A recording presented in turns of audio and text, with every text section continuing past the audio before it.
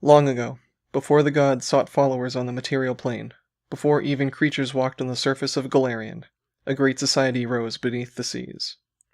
Although it pleases them to remain in the shadows for a time, one should not be deceived into believing that the empire has waned or even slowed in its growth.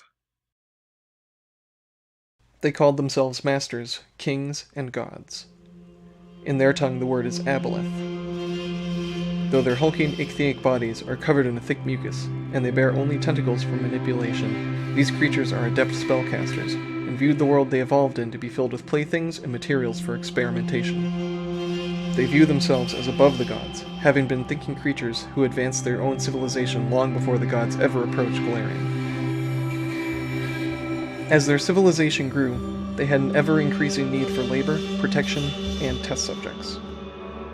Aboleths found themselves above such work, and so they bound into slavery or created slave races to do their bidding. Races created by the Aboleths include the Ulat-Kini, known on the surface now as Scum, Cloakers, Facial Stalkers, Ceratioidae, and Gilman. Beyond that, there are a number of creatures believed to have been created by Aboleths, but whose history is lost in time, such as Shoggoths, Mimics, and many other races of human-fish hybrids and other strange aberrations.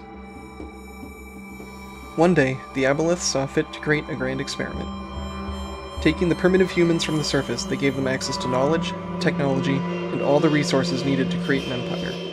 They supported the humans, ever reminding them of their superiority, but otherwise letting them do as they pleased. This is how the Empire of Aslant was formed. However, over time, humanity grew arrogant and began to see themselves as equals to the Aboleths, even aspiring to become their superiors. After several attempts to bring the humans back in line, the Aboleths decided the experiment had run its course. Using their advanced magic and technology, they summoned a meteor to crash into the planet that would destroy all life that did not reside in the depths of the oceans. Learning of their plan, the Aslanti goddess Akavna threw Golarion's moon in the meteor's path, but it was not deterred. It shattered the moon, killing the goddess, and pieces of the meteor and the moon fell to the planet's surface. In a last attempt to save the planet, the Aslanti god Amaznan expended all of his life force to neutralize the impact as much as possible. When the remaining pieces landed, all of Aslant was destroyed and the surface of Golarion was forever scarred. The dust and the debris from the impact covered the planet in a blanket of clouds that ushered in a 1,000-year age of darkness. Zon-Kuthon was released from his prison at this time as well. The death of 2 gods and the destruction of nearly all civilization on the surface.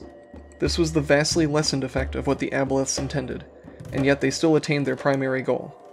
Their manipulations began long before recorded history, and this recent action makes up only one example of the most influential events of the surface world's ancient history.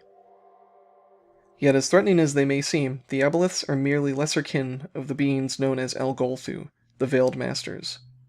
These beings are the true puppet masters, leading and controlling their lesser kin, who in turn control the lesser slave races and cults that fuel the masters' complex machinations.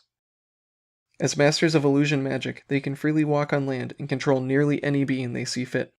More disturbing still is that there is evidence they have been manipulating the contemporary empires of Golarion. Considering the extent of their power, any event could be traced back to them, and any powerful individual could indeed be a Veiled Master. Is the rise of civilization in the wake of the Age of Darkness hastened by their hands? Have they started their Aslanti experiment anew, using Absalom as the center of their research? Some theorists claim that the test of the Starstone is an Aboleth invention, created to seat Aboleth agents among the gods. Given the Aboleth's distaste for the gods, the possibility cannot be completely ignored.